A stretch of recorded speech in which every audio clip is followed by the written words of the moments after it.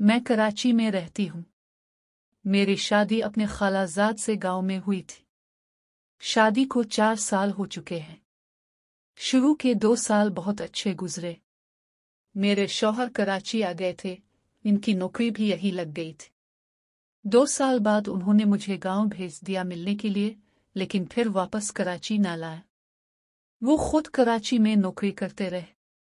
घर वालों में कुछ मसाइल थे। मेरे खाला, जो कि मेरी सास हैं, और उनकी बेटियों का रवैया मेरे साथ ठीक नहीं था।